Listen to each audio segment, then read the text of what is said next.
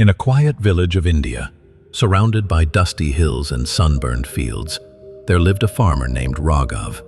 He was poor, painfully poor.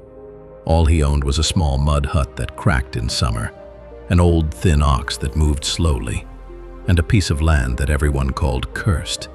To most it was just dry soil and scattered stones, but to Raghav it was life itself. Every night ended with the same hollow sound, his stomach grumbling in hunger and his heart whispering prayers. Other farmers looked at him with pity and laughter. Their lands were green, their harvests full. They mocked him, saying, "Why do you still waste your time? Your land is dead. Even God has turned his back on it." They laughed as they walked away, leaving clouds of dust behind. But Raghav's hope refused to die. Every morning he stepped out with the same quiet faith in his eyes. He guided his ox slowly across the hard ground, carving deep lines in the dust. With hands rough and cracked, he dropped the few seeds he had left, as if placing small dreams into the earth. Then he lifted his eyes to the sky and whispered softly, "Maybe this year the rain will come. Maybe this year God will remember me too." That summer was merciless. The heat crushed every living thing. The wind carried only dust, and the sky turned into a vast, empty mirror of fire.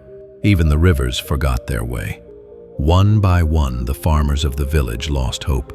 They sold their homes, gathered their families, and left for distant cities in search of survival. But Raghav stayed. He had nothing to lose, and yet something in his heart told him to keep going. Every day, under the burning sun, he continued to plow. He planted seeds into what looked like dead soil, an act of madness, or perhaps of faith. One evening, when the air was heavy and silent, Raghav sat beneath a neem tree. A faint breeze touched his face, and out of the dusk came an old traveler. He had a long white beard, gentle eyes, and a wooden staff worn smooth by time. The stranger looked at the dry field and asked, "Why do you keep working when you harvest nothing?" Raghav smiled weakly and said, "Because if I stop planting, I stop living. This land, it's all I have." The traveler smiled, resting his hand on Raghav's shoulder. "Your land is not dead, my friend," he said softly. "You think you see no fruit, but you are planting far more than you imagine." Raghav didn't understand. He nodded politely, thinking the old man's words were just kind comfort. But the next morning he went back to the field, because that was what he knew, to keep trying. Then one night, everything changed. Dark clouds gathered over the horizon, rolling like great curtains of shadow. A strange silence filled the air, and then thunder roared. The wind howled through the village, shaking the trees, and finally rain began to fall.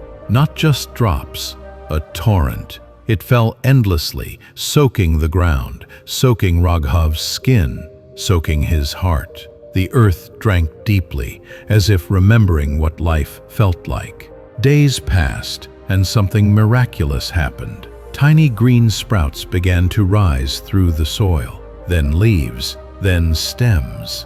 A soft ocean of green spreading across what once was dust. Raghav watched in awe. The cursed land had turned alive. By the time the harvest came, his field was the most fertile of all. People from nearby villages came to see the miracle. "The cursed land has bloomed," they said. Those who had once laughed now came quietly, asking for a handful of his grain. Raghav shared with them all. Without anger, without pride. He remembered hunger, and he didn't want anyone else to feel it. That evening, standing among the golden fields waving in the breeze, he remembered the traveler's words, and he finally understood. He had planted not only seeds, but also faith, patience, and strength. God had never forgotten him. He had simply been waiting for Raghav's faith to bloom.